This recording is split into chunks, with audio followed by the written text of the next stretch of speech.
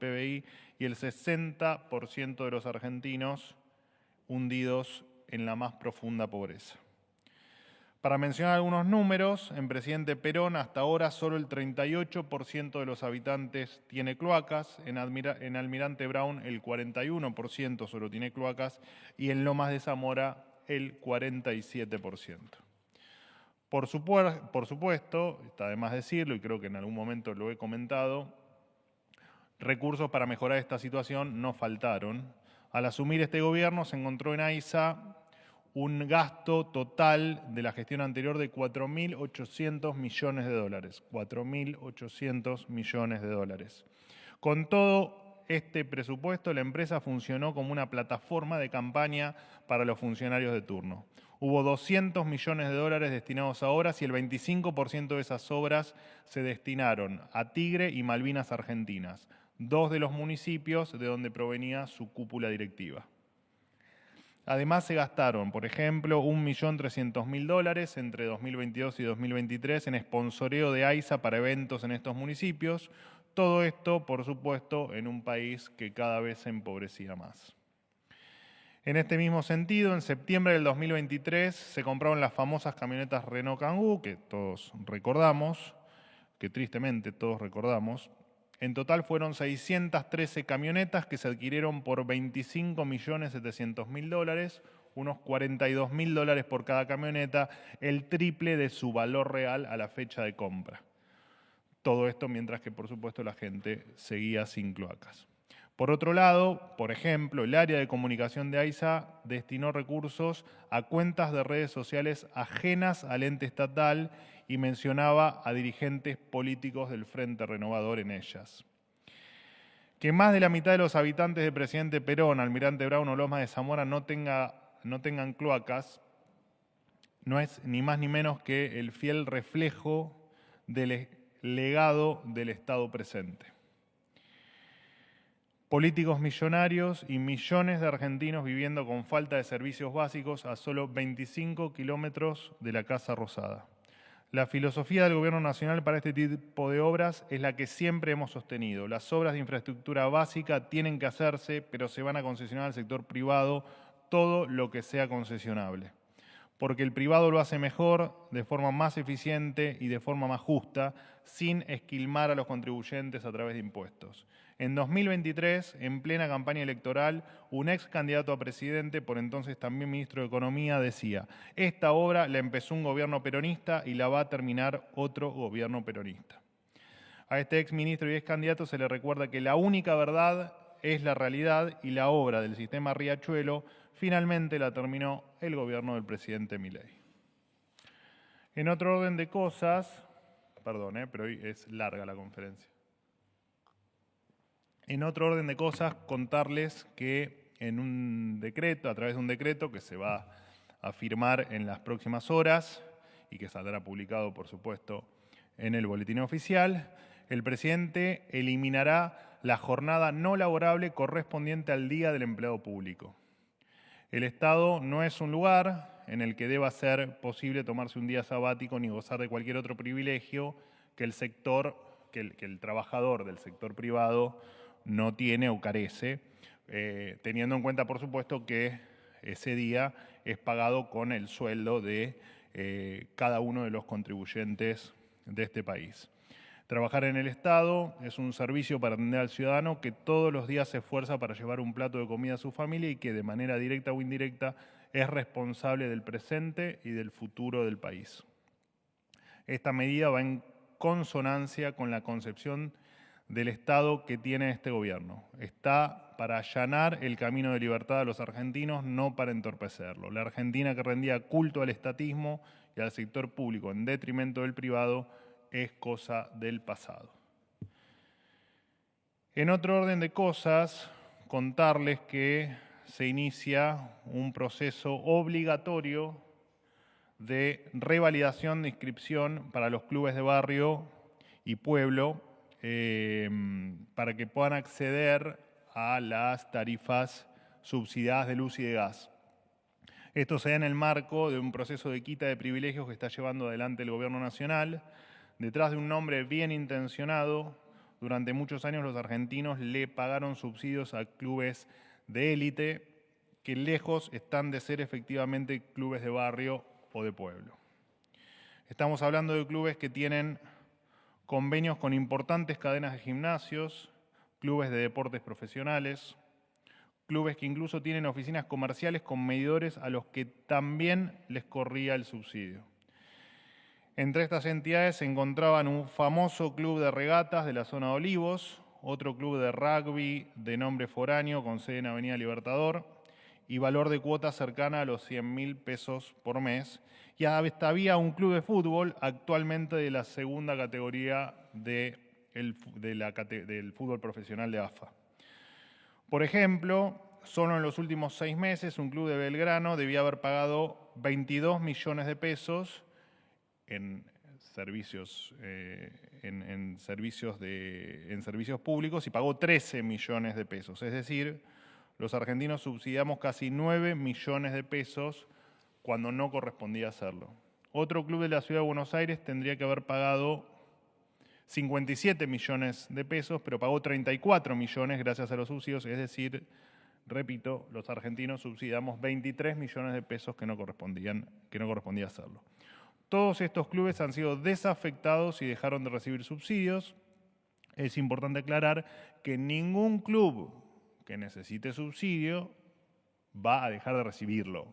Y esto lo aclaro porque después empiezan las notas con los títulos de que el gobierno le quitó a los clubes de barrios los subsidios. Esto no es así. Esto es para los que detrás de un club de barrio funcionaban otro tipo de otra magnitud de organización y no la de precisamente un club de barrio. De hecho, me encargué de encontrarle algunos ejemplos para que vean efectivamente a qué nos referimos. Esta medida, como siempre, es un paso más para sanear el esquema tarifario devastado en virtud del despilfarro que se hizo en las últimas 2 décadas, destinando 150.000 millones de dólares en subsidios. Despilfarro, por supuesto, que como hemos hablado en otras oportunidades, terminamos pagando con emisión monetaria y con su consecuente inflación, además de, por supuesto, la falta de inversión en el sistema. Que quede claro, la energía cuesta y quien pueda pagarla, la tiene que pagar. Por otro lado, destacar la primera reunión que mantuvo ayer el Consejo de Mayo, encabezada por el jefe de gabinete, Guillermo Francos. En su carácter de presidente de la entidad, Francos es el puente entre la visión política y la acción concreta de este gobierno. Su trabajo es el de articular con inteligencia todos los engranajes para impulsar la agenda de esta presidencia, labor por la que le estamos sumamente agradecidos y que además, en lo personal, por la que siento profunda admiración.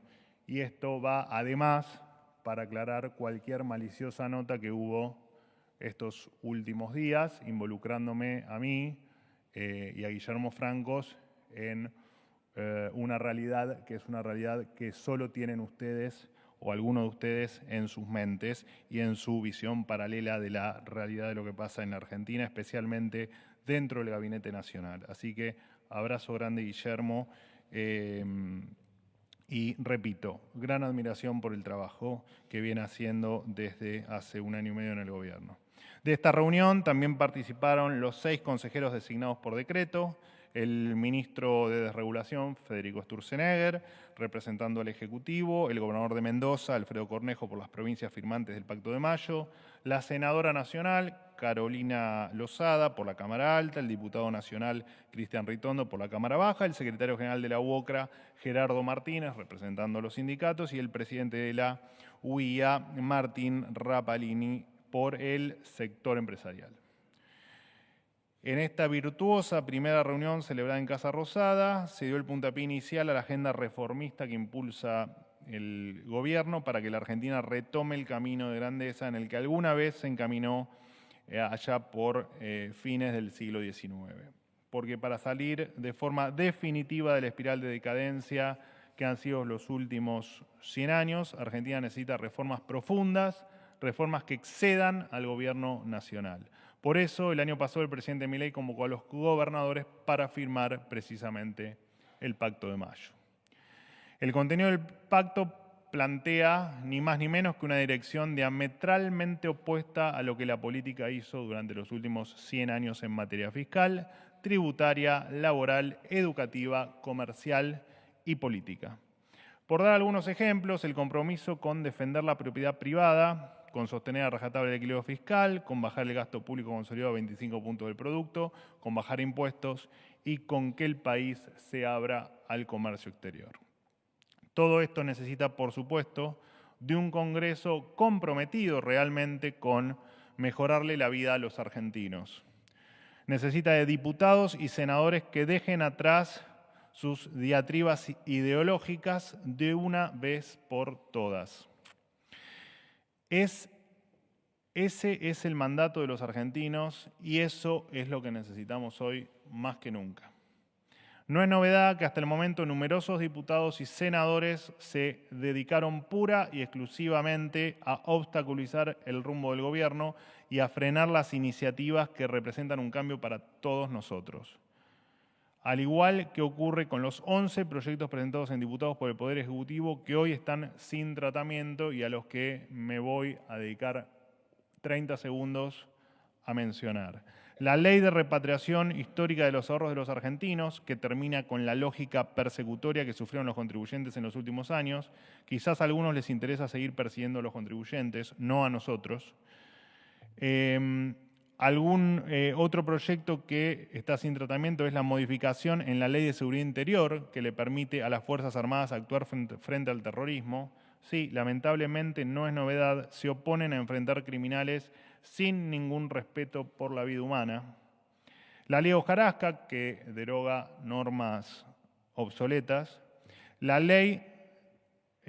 reforma en la Ley Orgánica de los Partidos Políticos para reformar un sistema corrompido y que solo beneficia a la propia política. A estos proyectos que no se trataron se suman otros 5 que, a pesar de tener dictamen, aún no se dignaron a tratarlos. Entre ellos la privatización de Aerolíneas Argentinas, una empresa estatal que en los últimos 17 años registró una pérdida operativa anual promedio de 400 millones de dólares y generó una casta aeronáutica que en el último año hizo innumerables cantidades de paros, con todo lo que eso conlleva para el ciudadano común. El régimen penal juvenil, que baja la edad de imputabilidad a 13 años para que los menores que cometen delito reciban un castigo acorde. Pero a algunos parece no importarles el baño de sangre al que están sometidos los bonaerenses. Y otro de los proyectos que aún no se han dignado a debatir es la actualización del Código Penal para modificar el derecho a la legítima defensa, que da garantías para que un ciudadano o un uniformado no sea imputado por defenderse de los delincuentes. Los buenos son los de azul. Esta actitud no es exclusiva del Cuerpo Legislativo Nacional. Ayer, en el Senado de la provincia de Buenos Aires, vimos cómo la casta política votó a favor de poder ser reelegidos indefinidamente. Cuando abrió el primer periodo de sesiones ordinarias, el presidente le propuso a la política 2 caminos: el de aprovechar la oportunidad de cambiar la historia o el de continuar por el camino de la decadencia. Este año, a pesar de que el Congreso no se dignó a tratar estas leyes, el presidente extendió la invitación para reconstruir la nación. Los argentinos hicieron un esfuerzo muy grande para vivir sin inflación, en un país estable donde impere la ley y el orden. Faltan algunos meses para que se renueven las bancas en el Congreso. Tienen la última chance de trabajar por la libertad de los argentinos. De lo contrario, solo serán recordados como un obstáculo en el camino de la Argentina hacia la grandeza. Por otro lado, ya falta poco. Por otro lado, informarles que partió hacia Roma el vuelo de Aerolíneas Argentinas que traerá al país a los más de 200 ciudadanos argentinos que se encontraban en Israel al momento del ataque misilístico de la República Islámica de Irán. Los repatriados partirán de Roma a las 4 de la mañana, hora local, hora de Italia, y regresarán a la Argentina a las 13:35, ahí sí, hora local también, hora argentina. Los detalles específicos de esta operación y todo lo que vino ocurriendo serán comunicados por la ministra Patricia Bullrich. Por último, respecto a algunos videos que circulan en redes sociales, donde aparecen varios funcionarios del gobierno, personajes públicos, incluso creo que algunos de ustedes también están involucrados en esos videos, más allá de que es evidente la falsedad de los videos, queremos aclarar que todo su contenido es falso, que ningún funcionario ni la empresa YPF tienen relación con esos videos. No sé si está acá, creo que no, uno de los periodistas afectados, pero bueno, hay mucha gente. Ahí está. Y por supuesto ya están de nuestro lado las denuncias correspondientes hechas en la justicia como corresponde. Bien, me tomo lo que queda de mi vaso de agua y los escucho. Juan Pablo Peralta, ¿qué tal? Para Concierto Litoral y la multiplataforma Fénix. Hablabas del Consejo de Mayo que se reunió ayer y justamente cuando salió Gerardo Martínez, representante de la CGT, de la UOCRA, le pregunté por qué consideraba que se estaba dando esta suba del desempleo, que salieron los datos del INDEC, unas 192.000 personas que salieron a buscar trabajo en el primer trimestre del año y no lo encontraron, subió 0,2%. Él decía que tiene que ver con la suba del desempleo por la paralización de diferentes actividades, quiero ser textual, como la construcción habló, la obra pública, por falta de la obra pública, y por la caída del consumo y porque el ajuste ha sido extremadamente severo, cosa que nosotros no compartimos. Más allá de que esta es la visión de él, yo quería saber cuál es la posición del gobierno con respecto a por qué se dio este número en la suba del desempleo medido oficialmente por el INDEC. Mira, bueno, en principio siempre hay que aclarar algo cuando uno compara, y vos de todas maneras lo hiciste correctamente cuando lo expresaste en la pregunta, hay que comparar el mismo periodo, ¿no? Entre que se está informando. Porque si no, uno peca de leer un dato distorsionado por cuestiones estacionales. Por eso, cuando uno habla de un trimestre, se debe comparar con el mismo trimestre del año pasado para evitar eso, porque sabemos que efectivamente el empleo tiene una cuestión, una variable estacional, que ese número varía. En virtud de esta introducción que te hago, si miramos las cifras del último año, Argentina hoy tiene 200.000 empleos más que el año pasado.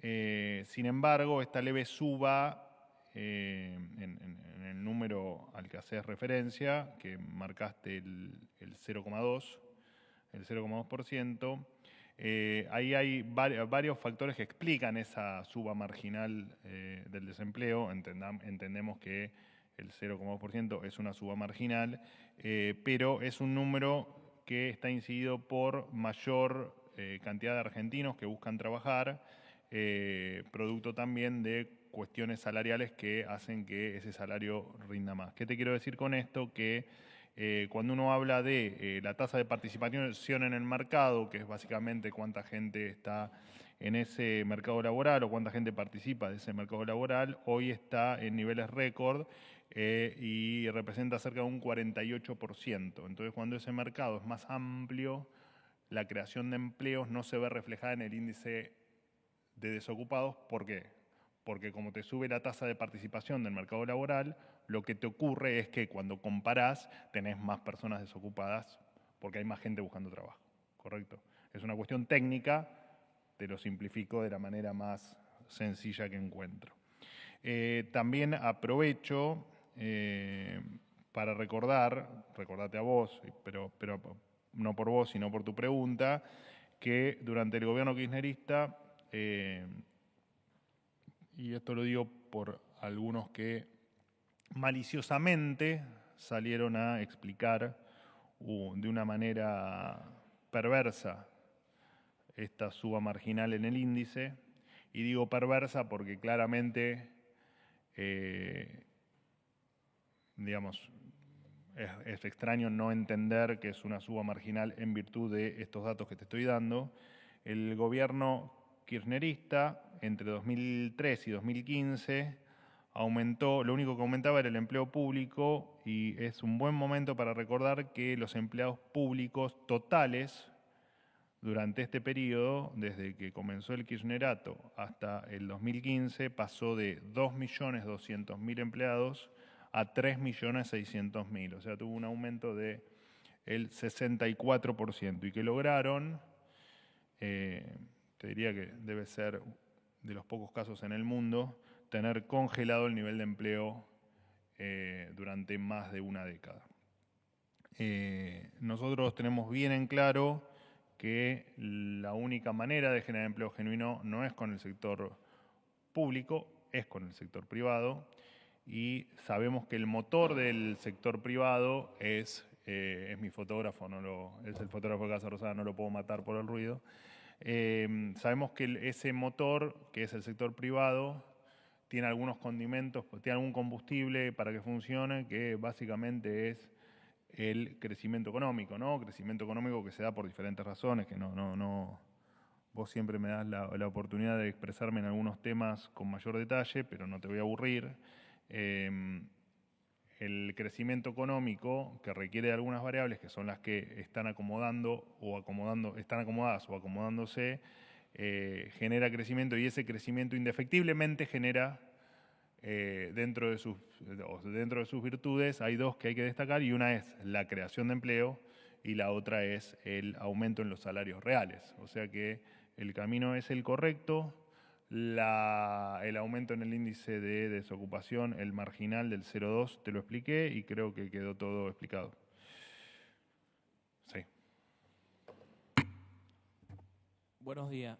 ¿Se escucha ahí? Sí. Buenos días, Manuel. Jonathan Eguier para El Destape. A ver, algunas cuestiones. Primero, ayer el presidente de la Nación vetó la ley de emergencias para Bahía Blanca, que estaba afectada por la inundación. Tengo entendido que hay un préstamo del BID para eso y se usó la mitad, según la información que tengo. Vos, si querés, me podés corregir. Hay 200.000 millones de pesos destinados y la Nación usó alrededor de 100.000 millones de pesos. Te quería preguntar para qué se va a usar el resto del dinero y por qué finalmente se vetó o se frenó ese destino del dinero para las inundaciones en Bahía Blanca. Después te quería consultar por el tema Ian Moche, que es un activista, un niño de 12 años, autista, que demandó ayer al presidente de la Nación, Javier Milei, por haberlo atacado en redes sociales en X. El niño le pide al presidente de la Nación que borre su publicación del 1 de junio, donde es atacado. Y también te quería preguntar si la va a borrar el presidente, si Milei va a borrar esa publicación donde ataca a Ian Moche, o si va a apelar esta decisión que tomó la familia del niño. Y por último te quería consultar por el Garrahan, que hoy está de paro por 24 horas el hospital. Te quería preguntar si el gobierno se va a sentar finalmente a hablar. Denuncian que hay cero diálogo, que finalmente no hay ninguna persona del gobierno que se sienta a hablar con los trabajadores que están reclamando salarios. Gracias.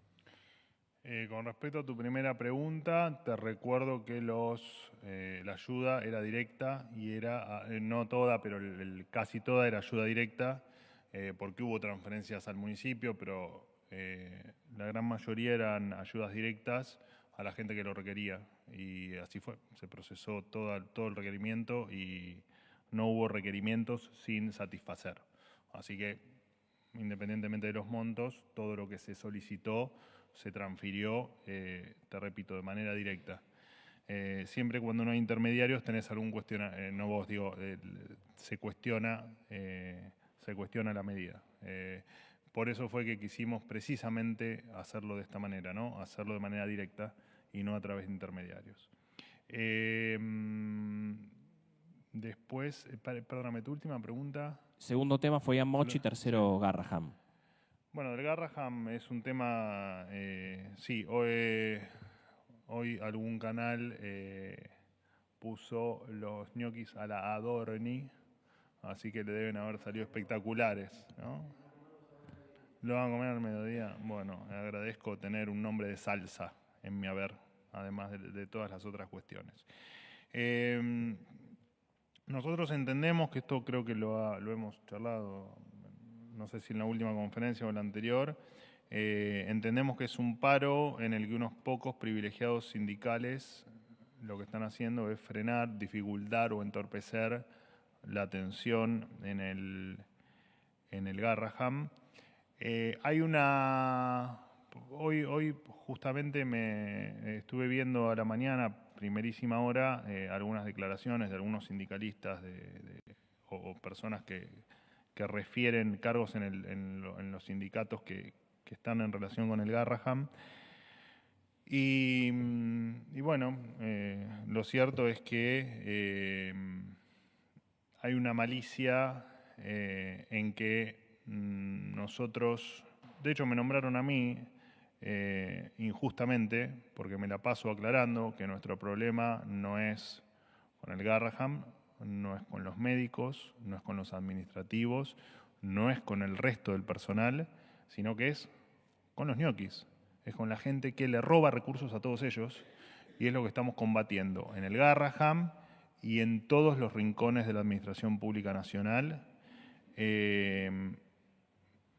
es lo que vamos a seguir haciendo. Que repito, nada tiene que ver con los médicos, con los administrativos y con todos los que ponen el lomo todos los días para que los niños que se atienden ahí cada vez estén mejor. Y además está decirte que el Consejo de Administración está abocado a avanzar en mejorar el ingreso a los que sí ponen el cuerpo todos los días en el Hospital Garraham. Esto de decir que nosotros estamos en contra del Hospital Garraham o que estamos en contra de los médicos o de la gente que trabaja allí es malicioso, mezquino y por sobre todo muy injusto. Yo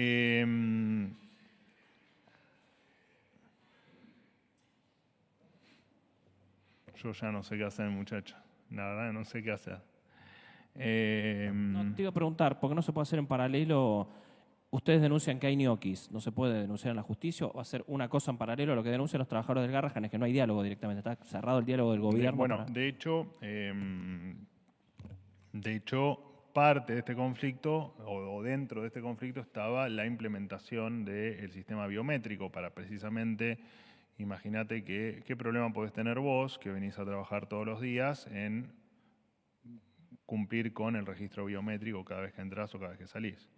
Estar en contra del sistema biométrico efectivamente te marca un poco cómo algunos quieren aprovechar, siempre dentro de la cáscara de la causa noble, quieren ensuciar cuestiones que se quieren hacer de total buena fe y en pos de los que realmente trabajan. Repito, estamos en contra de los ñoquis, no de todo lo demás. Y tenemos bien en claro hacia dónde queremos ir. Así que, te repito, y el Consejo de Administración está en línea con hacer todo lo que haya que hacer para seguir mejorando el salario de todos los empleados del Garraham, que consideramos que la gran parte de ellos dan todo, no hoy, desde hace muchísimo tiempo, porque los niños sean los únicos privilegiados. Porque en definitiva es eso, ¿no? Que los niños sean los únicos privilegiados.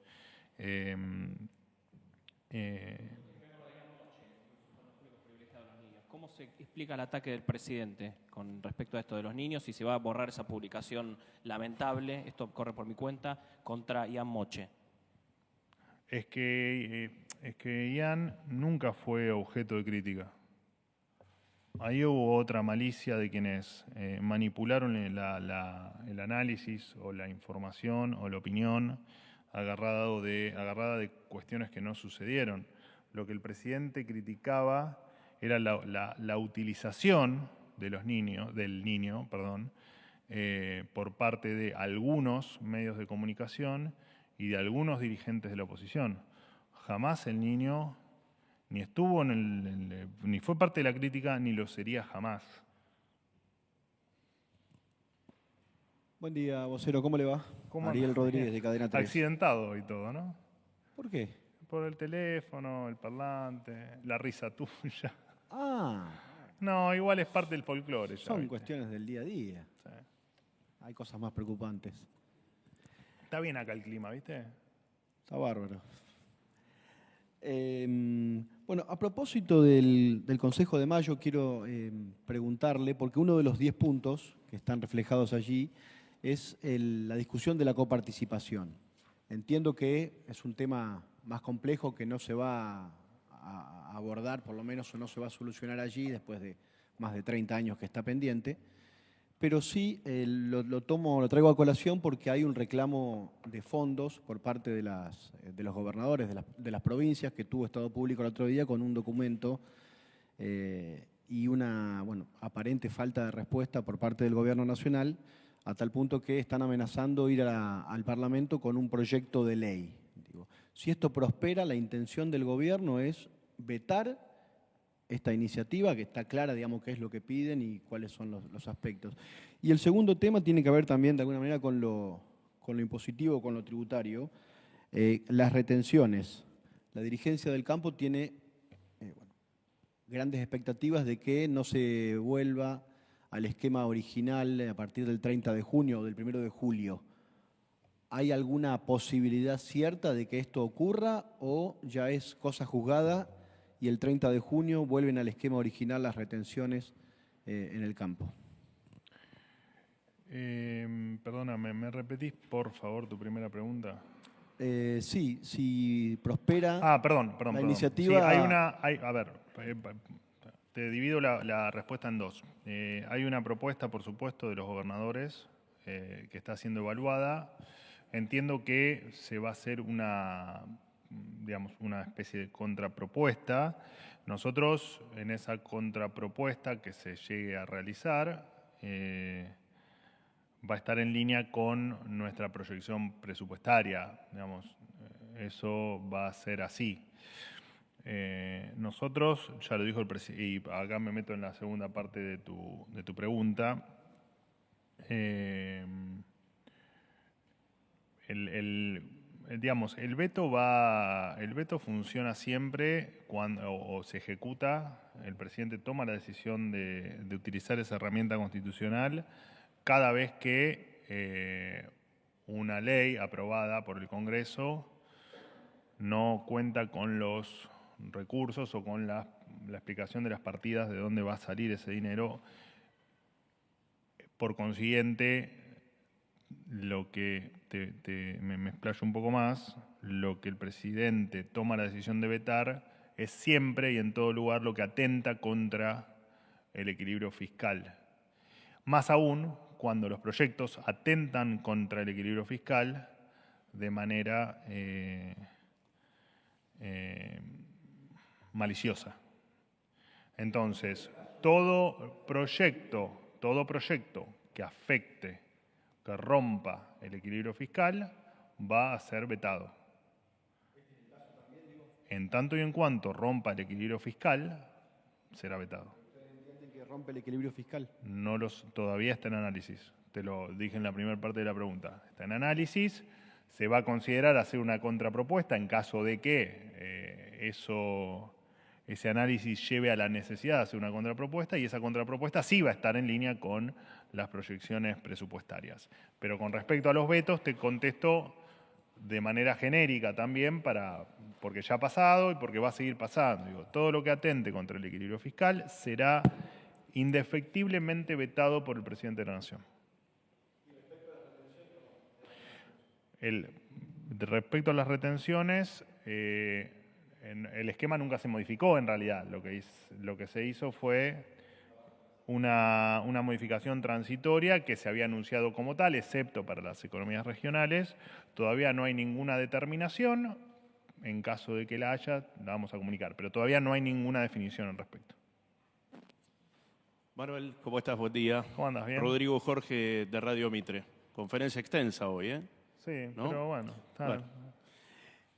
Dos preguntas, tengo tres. Se quejan de todo, en definitiva. Bueno, tres preguntas. Ayer el Senado de la provincia de Buenos Aires aprobó las reelecciones indefinidas para senadores, diputados, consejeros escolares, y hasta fue la propia vicegobernadora de la provincia de Buenos Aires, Verónica Magario, la que tuvo que desempatar y estuvo de acuerdo con que se diera luz verde a ese proyecto. Correcto. Bueno, ¿cuál es la posición del Gobierno Nacional y si promueven que en el Congreso, en el Parlamento Nacional, diputados y senadores avancen con un límite a la reelección indefinida de los legisladores a nivel nacional, en el Congreso? Esta es la primera pregunta. La segunda es: ayer en el Consejo de Mayo se reunieron los actores, como indicabas, por parte del Gobierno, empresarios y sindicatos, y fue el titular de la UOCRA el que indicó que la CGT está en contra, como habían anticipado, de la reforma laboral. ¿El Gobierno igual va a avanzar con el proyecto? ¿Cuál es la idea al respecto? Y la tercera es la misión del Fondo Monetario Internacional, que está en Buenos Aires. Una de las metas que Argentina incumple es la de las reservas, la de engrosar las reservas. ¿Cuál es el diálogo con el fondo? Si eso de alguna forma genera grieta o genera algún inconveniente en la negociación por la llegada de nuevas divisas, y qué es lo que va a pasar con las reservas del Banco Central, que es lo que preocupa a nivel macroeconómico también. Vamos a ordenar la multiplicidad de preguntas de diferentes temas que me has hecho. Primero, el tema de la reelección indefinida para legislador de la provincia de Buenos Aires, bueno, la media sanción en realidad. A nosotros nos parece aberrante que para lo único que se junten es para gastar o para perpetuarse en el poder. Y no es ni más ni menos que para los que las tenían, una traición a las ideas de la libertad, y para quienes no las tenían, que eran la gran mayoría, con historias de pobreza y devastación en la provincia de Buenos Aires, que en lo único que estén preocupados es en la reelección indefinida. No es ni más ni menos que la muestra de lo que es la casta, ¿no? De la muestra de lo que es un grupo de personas que llegó al poder solo para producir beneficios a título personal. Así que la verdad que lo de ayer lo vivimos con mucha tristeza, con mucha bronca, con mucho repudio y con mucho asco. Dicho esto, con el futuro no podemos hacer nada, veremos en tal caso. ¿Te referiste a cuestiones de orden nacional del mismo calibre? No puedo hablar sobre cuestiones que claramente no ocurrieron todavía. ¿Pero promueven a nivel nacional que se limiten en el Congreso a las reelecciones indefinidas? ¿Lo impulsan, lo avalan? No impulsamos absolutamente nada. No impulsamos absolutamente nada, pero no hablamos de cuestiones que no ocurrieron. Pero lo verían bien que se limite a nivel nacional las reelecciones. Bueno, es por contraposición. Si te estamos diciendo que vimos como un horror que se hayan votado las reelecciones indefinidas, por supuesto que te lo hago al revés. Cualquier acto que la política haga o impulse para su propio beneficio, lo vamos a rechazar con toda la fuerza que tengamos. Perdón, repetime la otra pregunta. El Consejo de Mayo, la reforma laboral, que es el punto 8 del Pacto de Mayo, la CGT ya dijo que va a rechazar, el representante Gerardo Martínez. Bueno, ¿qué va a hacer el gobierno al respecto? Y si evalúan ampliar la mesa a otros representantes de la oposición, la mesa del Consejo. No, bueno, el Consejo está conformado por decreto, así que la conformación es esa, en tanto y en cuanto cambie el decreto. Nosotros tenemos una posición muy clara con respecto a las cuestiones laborales. Todo el mundo sabe el diagnóstico que hacemos. Todo el mundo sabe que esas reformas necesitan músculo legislativo para llevarlas adelante. Y también entendemos que es un camino inevitable el recorrer una reforma laboral en un país donde el 45% de la gente está en la informalidad. Así que, y creo que las reuniones, cuando te sentás a dialogar, a conversar y a intercambiar ideas, más allá de las posturas individuales o de lo que uno pueda tener como preconcepto de alguna cuestión como puede ser una reforma laboral, no es ni más ni menos que empezar a avanzar en ponernos de acuerdo en que el esquema como está o como se viene dando, más allá de las modificaciones que hemos hecho, no han dado resultados, ¿no? Porque lo que habría que preguntarse es, en este debate, en este camino de seguir construyendo reformas para 2026, reformas que sigan siendo estructurales y que le sigan cambiando la vida a la gente, es, bueno, que el no cambio o la no reforma, bueno, ¿cómo eso hace entonces para solucionar todos los problemas que nos trajo la actual reglamentación o leyes laborales? Y la verdad que uno poco encuentra en los resultados que ha dado las leyes laborales. Así que creo que el camino que inició Francos como presidente, como titular del Consejo, creo que es el inicio de lo que va a terminar pasando en la Argentina, ¿no? Que es empezar a modificar cosas que le han hecho mucho daño a la Argentina. Solo yo te hablé de informalidad laboral, pero digamos, tuvo otros condimentos, otros resultados fuertes como la caída del salario real y no te olvides que cuando hablas de informalidad hablas de menos recursos a los jubilados. Entonces, cuando vos entendés que indefectiblemente la reforma laboral es lo necesario también para que los pasivos estén mejor, bueno, creo que en ese camino vamos a terminar todos de acuerdo, seguramente que sí. Pero, repito, estoy simplemente conjeturando sobre los datos que tengo y además sobre la posición que tiene el gobierno con respecto a las leyes laborales. Y me había quedado algo del fondo. La pregunta del fondo, tema reservas, que es una de las metas que se había fijado con el fondo, que cómo continúa el diálogo. Bueno, primero, para quien no lo saben, llegó al país una misión técnica del Fondo Monetario, encabezada por Vikas Joshi o Joshi, y empiezan, digamos, las discusiones relacionadas con la primera revisión del acuerdo. En algunos días más vamos a dar los detalles oficiales del resultado. Tema reservas, el presidente lo explicó en más de una oportunidad, en más de una entrevista. Es una meta que ha quedado cuando estás en este esquema de no intervención, no tenés manera de sumar o estás muy limitado en el tema en el resultado de la acumulación de reservas. Por lo tanto, no es un tema que no haya estado en debate antes y que no es un tema que genere ningún tipo de desacuerdo o de sorpresa o de nada, digamos. O sea, era algo que estaba completamente previsto, que uno no intervenga en un mercado que efectivamente es libre y dentro de estas bandas que efectivamente entre las cuales no estamos interviniendo. Así que, pero de todas maneras me estoy adelantando a algo que indefectiblemente lo vas a tener oficialmente cuando termine la visita. Última pregunta. Hola Manuel, ¿cómo estás? Nicolás Palermo, para MDZ.